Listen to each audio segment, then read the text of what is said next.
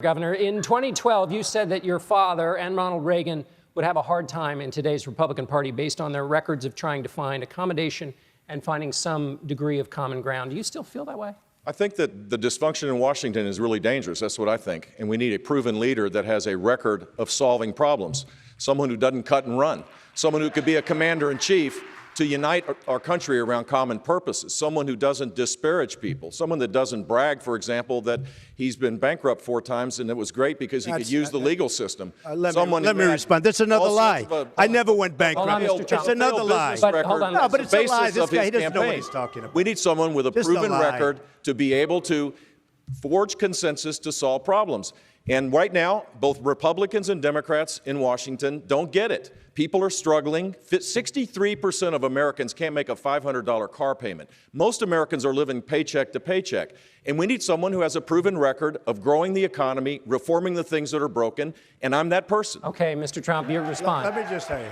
Jeb goes around and says, just like the biggest business leaders in this country, I've used the laws of the land to I bought a company, I threw it immediately into a chapter, I made a great deal. I used the laws to my benefit because I run a company. Yeah, I never went bankrupt. Excuse me, Jeb. Yeah. I never went bankrupt. Never. Now, but you don't want to say that. Now, let me just say, I've used it just like the biggest leaders in the country.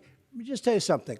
Florida, he put so much debt on Florida. You know, we keep saying he's a wonderful governor, wonderful governor. He put so much debt on Florida, and he increased spending so much that as soon as he got out of office, Florida crashed. I happened to be there. It's my second home. Florida crashed. Okay. He didn't Here do we a go. good job as Okay. governor. And you haven't, excuse me, you haven't heard that. You listened to the good record in Florida. You take a look at what happened. As soon as that year ended, he got out.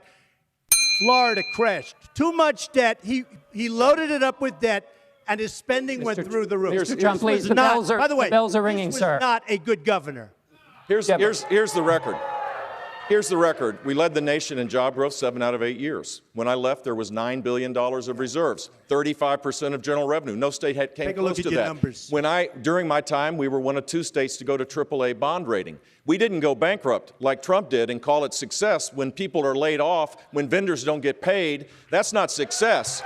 What we did was create an environment where people had a chance to have income. Personal income during my time went up by 4.4%. Florida went down the tubes right after he got out of office. The government grew by half of that. What he did to All right. Thank you. Senator Rubio, I want to ask you